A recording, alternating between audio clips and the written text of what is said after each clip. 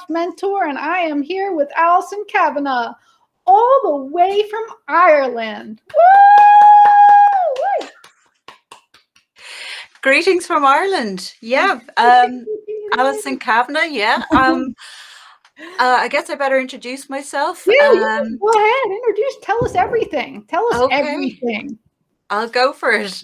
I trained as a massage therapist 33 years ago, in 1988. Yes. And I've continued to study ever since. So my favorite place in the world is the classroom, whether as a student or a teacher. I'm good with both, and just love bodywork, energy work, inspiring people to be the best version of themselves and to pick up a new skill and share that and help other people. So I'm director of Holistic College Dublin. Myself and my brother Aubrey run the college. We started off pretty young. If you've seen Aubrey's interview, he mentioned that our dad was interested in yoga, nutrition, healing, which was pretty unusual in the 80s. There wasn't maybe so much known about it. Like Dad had a regular day job. He was worked for IBM. He was into logistics, fiber optic cables, anything kind of to do with developing technology. But my mom dragged him to a yoga class. They were living in New York when they first got married, and she was doing yoga with the TV, and then my dad was like, oh, okay, I'll give it a try. And he was like, oh my goodness, there's something to this. He kind of was a pretty intuitive guy anyway, a natural psychologist. He came from a farming background, so he kind of was pretty in tune with nature. And I think that's what he brought through in all his explorations and encouraged us to explore. So when I was in school, I was like, do I want to be a laboratory technician? Do I want to be a physical therapist? I knew I wanted to do something around discovering and people. And I wasn't quite sure what way that was going to pan out. So while I was deciding, my sister was living in California at the time, and she was like, come out and do a few classes. So I had graduated from high school, and I decided to go out for the summer. And then she was like, yeah, you still don't know what you want, stay. So I did a senior year in high school in Northern California. So when I moved home, still undecided, I was like, okay, I'm going to take a massage class to see if I really want to work with people in that way. And then I'll go and do my physical therapy course. And then I was like, oh my goodness, I love this. And then I just wanted to know everything there was to know about it. So I studied every therapy I could find. I just have a curious nature. Myself and Aubrey are quite different personality-wise. I'm curious. I'm outward looking. I want to know what everyone's doing, and then kind of take the best parts and kind of go, oh, I really like the way they did that. Even classes that weren't so good, I learned what not to do. Yeah. I thought they shut the group down when they put it that way. And I just love the exchange that happens in classes. I love the sharing, the positives. As a result, I'm writing a book at the moment. So it's my first book. I haven't decided on a name yet. I'm looking at it's holistic well-being. I haven't settled on a name. We keep coming up with different ideas. I'm like, no, that's not quite it. It's all the experiences that I've had and the aha moments where I've gone, oh my goodness, this is brilliant. It just sums it up. It shortcuts the whole thing, and it just, it's that neat little package. Right. Yeah. So I think that you said so many great stuff. I want to start to dive in a little bit with everything you said. First would be natural. Your parents were pretty natural. They like nature. And for me, that's one of the things I believe with our profession that I think sometimes gets lost in the shuffle. This is pretty natural. This is nature right here. The human being is nature. And I think like yoga probably was one of the first steps of your family kind of almost slowing down and getting into themselves, and then passing that on to you and Aubrey which is amazing. Well, I also want to say too, what a duo. Because Aubrey's out there talking a lot. But then I was like, I want to meet your sister. I want to meet your sister. Because there's no way you can come from a household where dad and mom are like doing yoga and you're a senior in high school going to California to learn more, how, I mean, that's amazing. So I just want to give another shout out to your family at large and just how beautiful a journey and how early it started for you and Aubrey. Yeah, absolutely. Well, there's 7 kids in the family, so I have 5 brothers. So I probably, had to, be a good negotiator. It's like, I can stand up for myself here. There's things that, I think of Aubrey as he's really into the technology. He's a whiz with all the devices.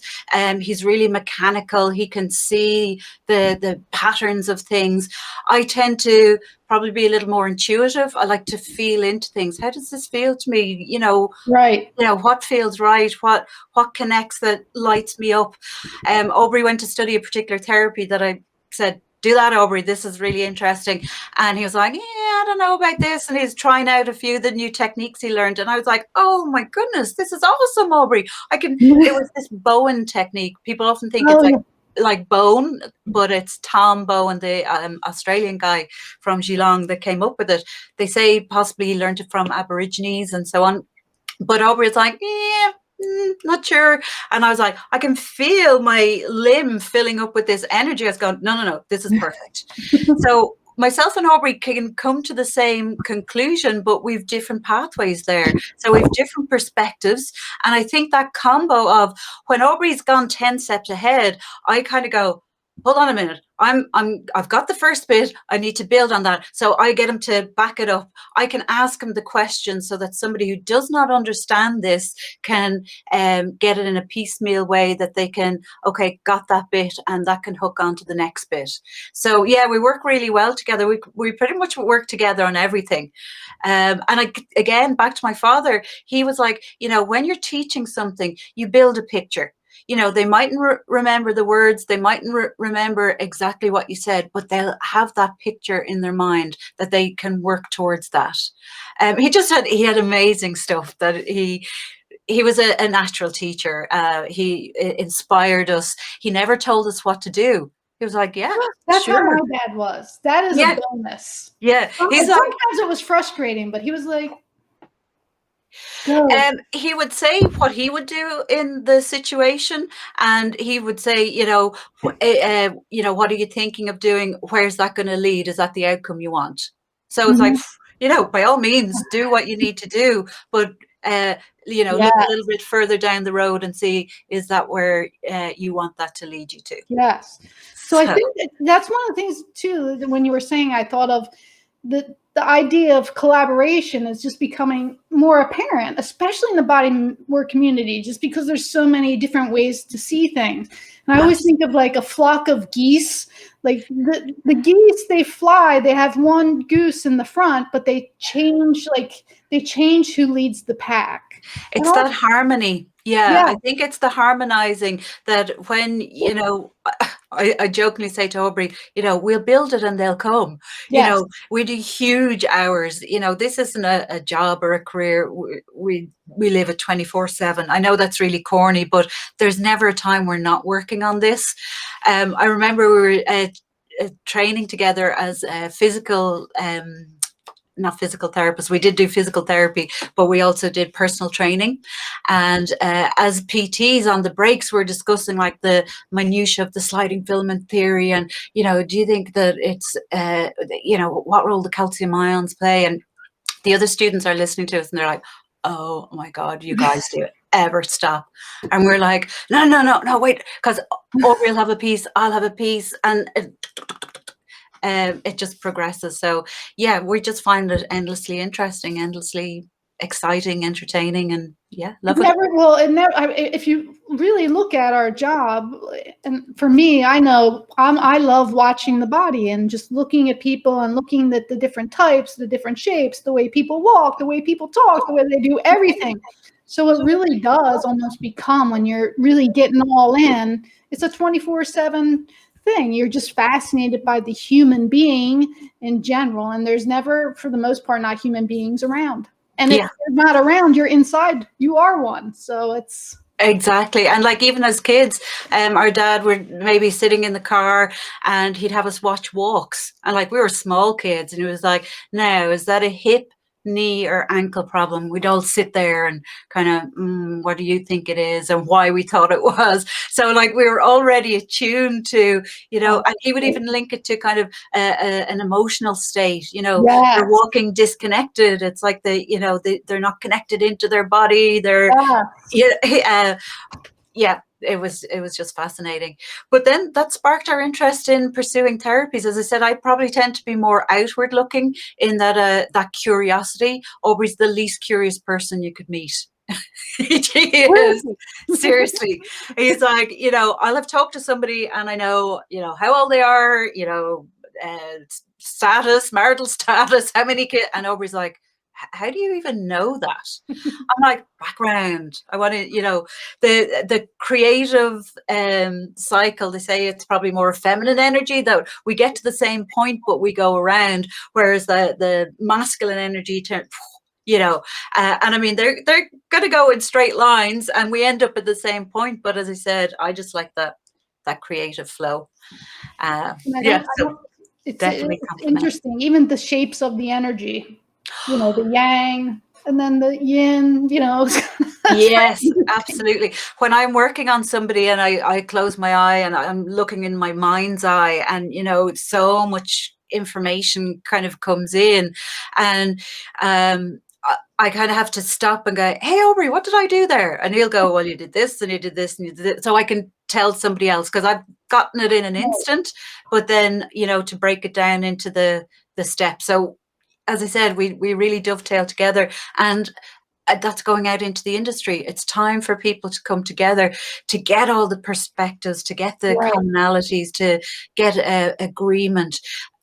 Why I'm thinking of holistic well-being for the book is that you want to deal with all the physical body stuff, you want to deal with the emotional stuff, you want to deal with the mental stuff, and then you want to deal with, when all this lines up, that you have this.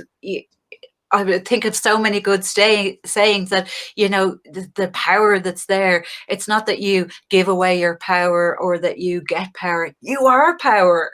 And, to have that adaptive range in your power, when we're fearful and stressed and worried, it narrows in so small. And how do we expand that adaptive range, that, there's that strength, that inner knowing, that intuition, that you just, you do things in a relaxed way.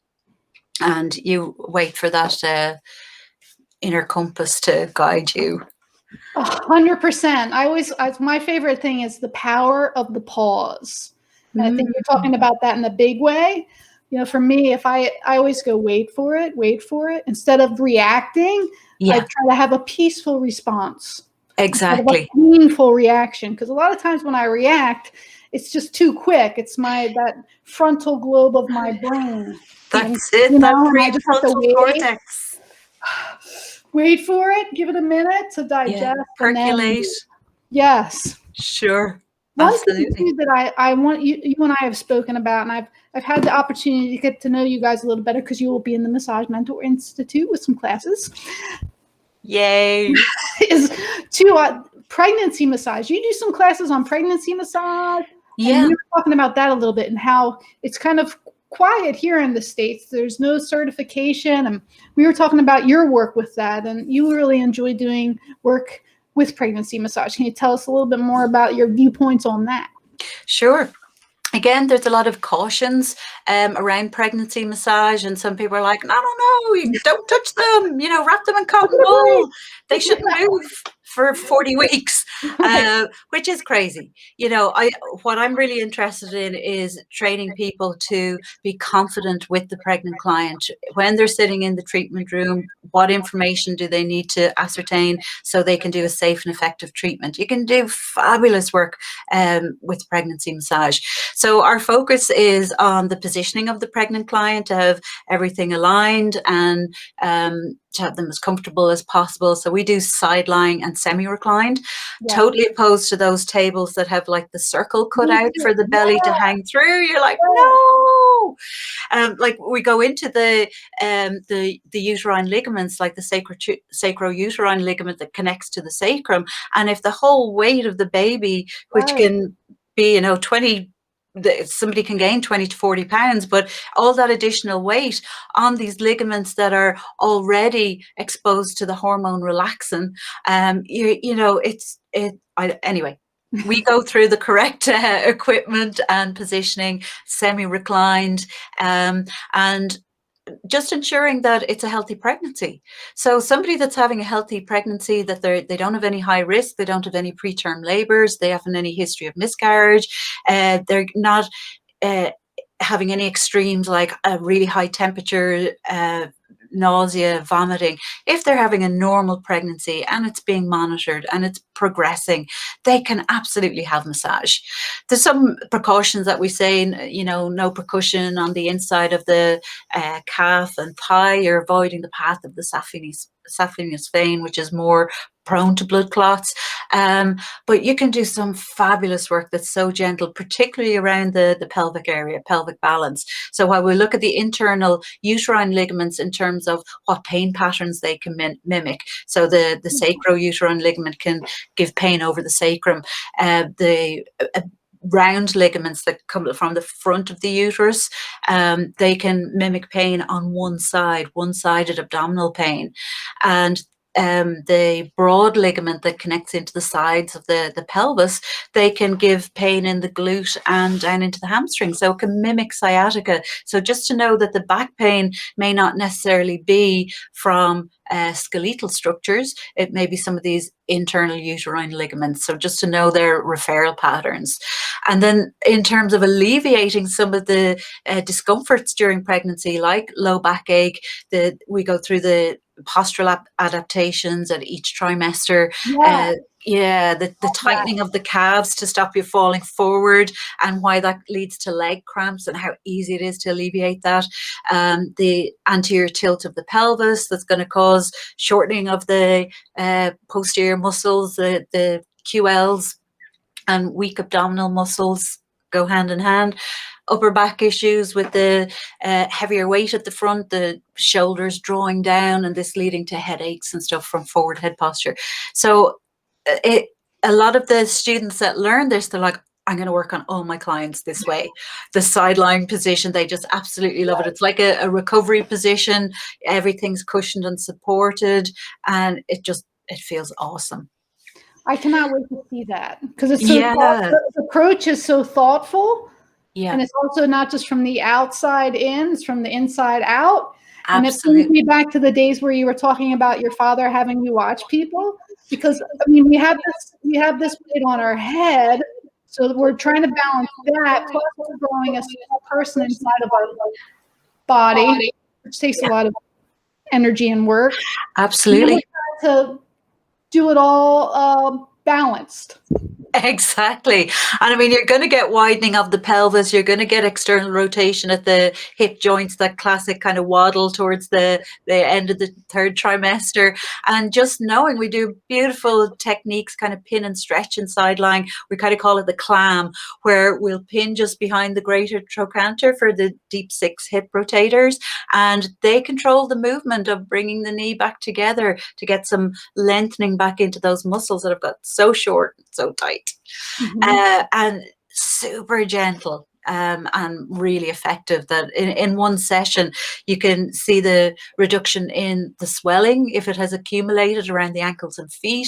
You're releasing the fascial migration patterns, you're getting the bones into a happier place, so there's less strain on the ligaments around the sacrum. So iliolumbar, sacroiliac ligaments, sacrotuberous, all those, the tiniest little movements done really gently, and they're just out of pain. It's just, it's awesome. I love that. And a lot of people, I don't know if you even, I've been to 5 childbirths as a doula. And I think that's one of the things, like, I've just been fascinated by it. And once you're in the birthing room and you're watching the process, and then you're watching kind of almost the lack of care, meaning like women don't know what to expect, and then all of a sudden they're freaking out because well, it's treated like a medical condition rather than a natural process, a part of life, evolution, continuing of the species, so the body knows intuitively what to do, and you just assist that. Yeah. Exactly. And I think, like I said, from what I've watched, the women that I've worked with who have gotten the massage, we've practiced some of the breathing techniques, and we go in a little bit prepared. You can never be totally prepared, just what a different experience it is, and how important I think it is for our community to really start sharing this with women.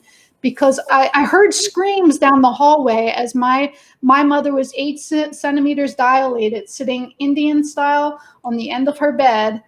And we're just listening to them scream. But I realized that those cries were just fear, because the body's like this. It's gonna hurt.